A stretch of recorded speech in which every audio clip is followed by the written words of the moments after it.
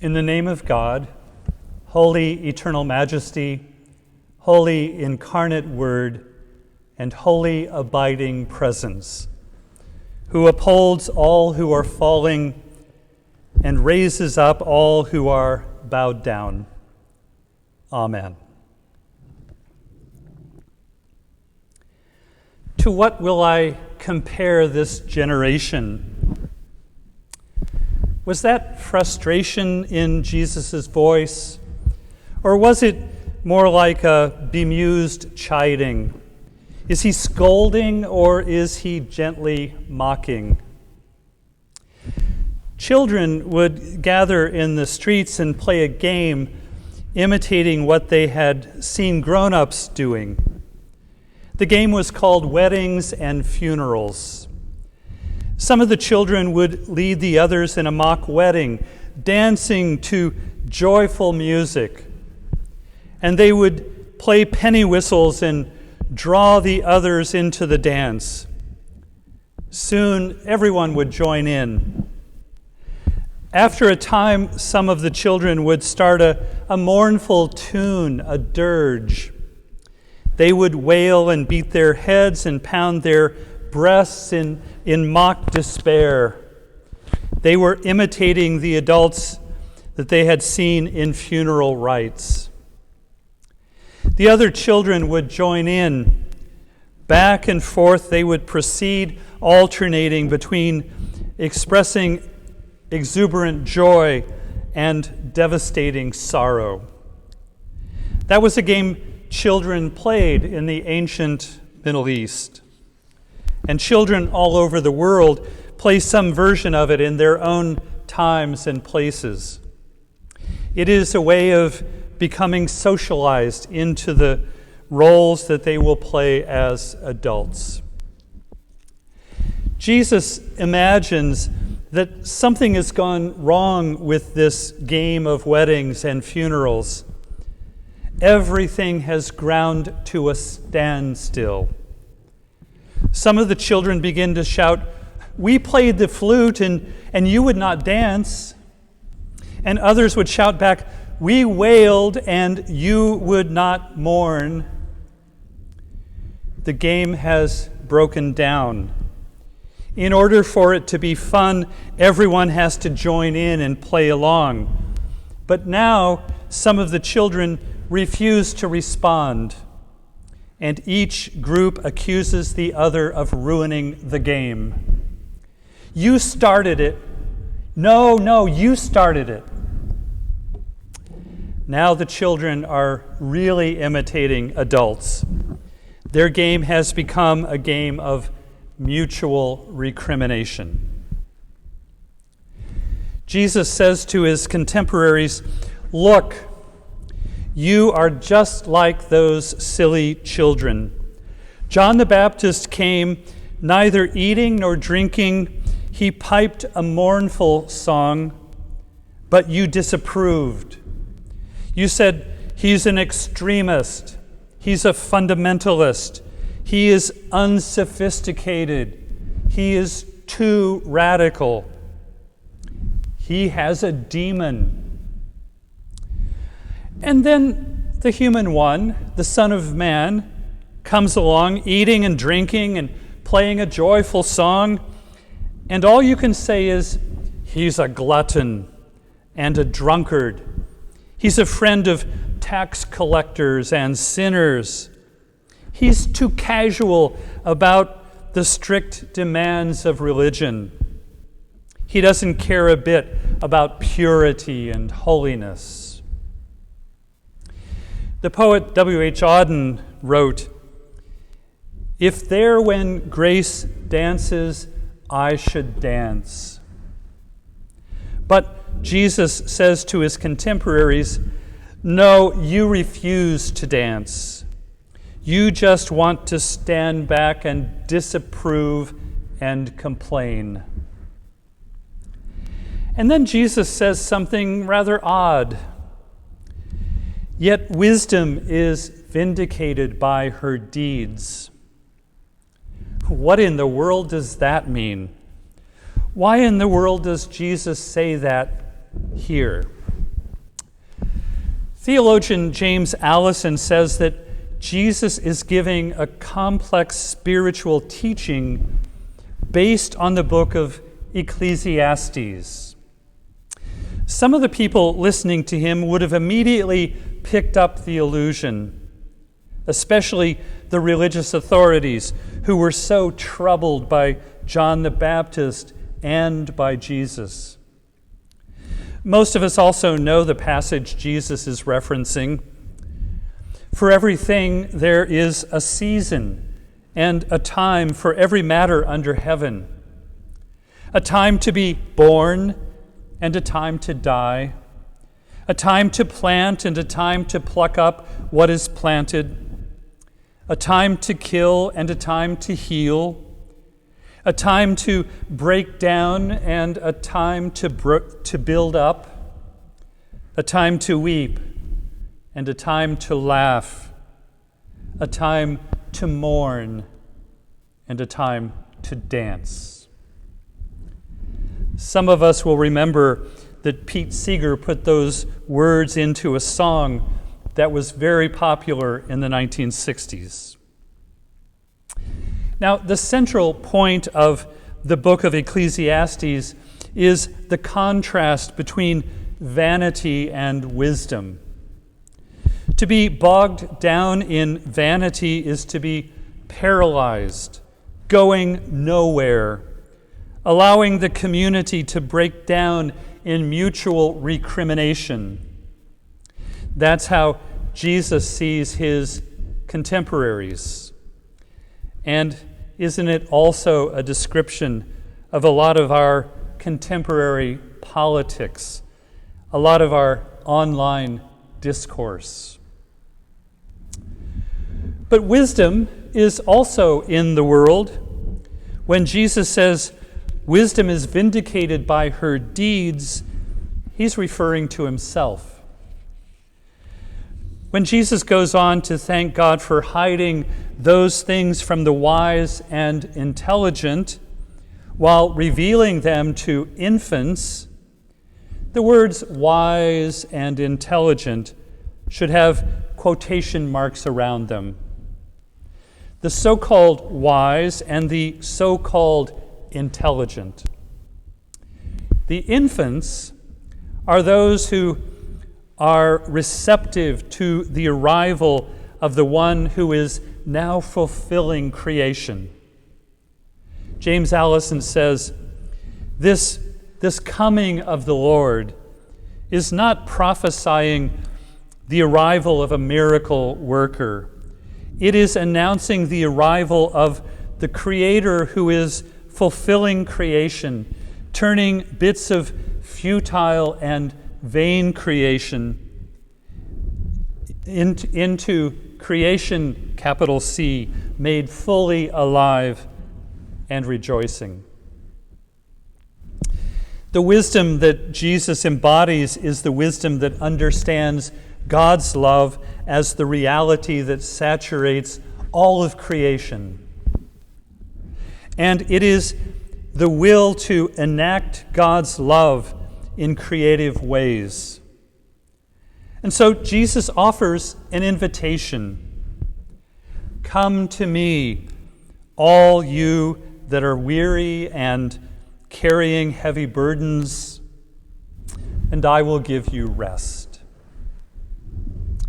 As St. Augustine said, you have made us for yourself, O Lord, and our hearts are restless until they rest in you. I will give you rest. How do we, who are so often anxious and weary, come to rest in God? It seems to me that this gift of rest must be connected somehow to the gift of Sabbath. Carol Oakes, the philosopher at Hebrew Union College, wrote a book called The Noah Paradox, and the subtitle is Time as Burden and Time as Blessing. The first part of the book is about creativity, God's creativity as a model for our human creativity.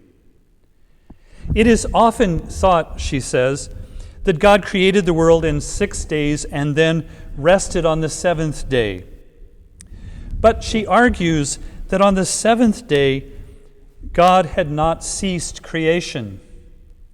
The seventh day is part of God's whole creative process. It is the creation of rest. Rest plays a vital role in creation, Carol Oakes says. The creation of rest allows the creatures made in God's image to experience God's presence. We too are world makers, and in our creation of worlds, we often become discouraged, overwhelmed, and confused. But when we pause in our act of creation and step back to reflect, we find that our smaller worlds of meaning are lifted into the framework of the larger creation. We sense that we are not alone and that we create because we have been created. And in the quiet pause, we sense the presence of the Creator. Friends, we are certainly living through a difficult time. We see signs every day that our world is not as it should be. Maybe we find ourselves wanting to fix what is wrong. Certainly there is much work to be done, repairing what has gone amiss. We may be feeling an urge to get busy. We may be feeling a need to respond to the call to action, and that certainly is appropriate and good.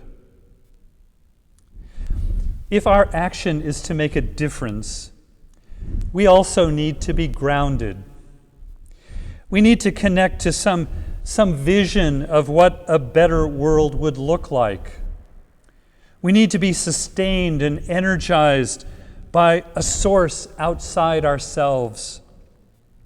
And I think that's what Jesus is offering us when he says, "Come to me, and I will give you rest." The Vietnamese Buddhist teacher Thich Nhat Hanh teaches us about the relationship between doing and simply being. He says, we have a tendency to think in terms of doing and not in terms of being. We think that when we are not doing anything, we're just wasting time. But that's not true.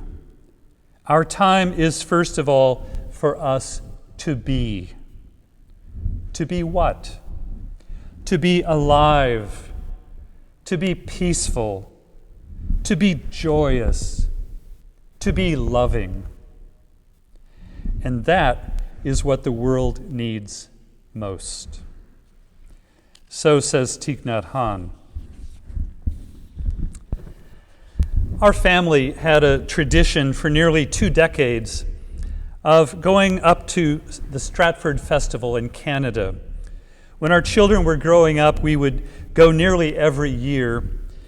And when they grew up and left home, my wife Priscilla and I continued to make the annual pilgrimage. We haven't been there for a few years, and we were hoping to get there this summer. Well, maybe next year. Stratford is a little town in Ontario, about halfway between Detroit and Toronto. One day, they realized that their namesake, Stratford, England, happened to be the birthplace of a certain famous playwright. So the good people of Stratford started putting on plays in the summer, an enterprise that has expanded now to 4 stages and a full summer schedule that is simply delightful. Maybe some of you have been there and you can understand the attraction. Priscilla and I, we go for the plays, of course, but we also go, I think, because we find Stratford, the town, to be such a relaxing place to spend a few days each summer. The pace of life there is leisurely, and Canadians are intrinsically nice. You can walk around from one end of the main street to the other and visit most of the charming shops in an afternoon. One day each week, there is art in the park, inviting leisurely browsing and an occasional purchase. And there is a lovely lake at the center of the town. It isn't a small lake, but you can stroll all the way around it in an hour or so. There are usually people out on the lake in rented canoes or paddle boats. There are lots of ducks. And of course, since it is Stratford, there are swans. I usually spend quite a bit of time taking pictures of the swans, to Priscilla's bewilderment, I think. But she seems to be content to be sitting on the bench reading a book while I stand anxiously at the edge of the water, trying to capture the regal grace and serenity of swans as they glide across the water not far from shore. Now, you can buy lovely photographs of the Stratford swans in several local gift shops. But something compels me to keep trying to capture my own pictures, trying to get the angle and the lighting just right. It's harder than I would have expected. Swans don't hold still for very long. You think you're going to get a good shot, and a duck or a canoe appears in the frame. Or the swan starts swimming into the shadow of an overhanging tree. Everything is constantly in motion. And perhaps that is what's so compelling about my little project.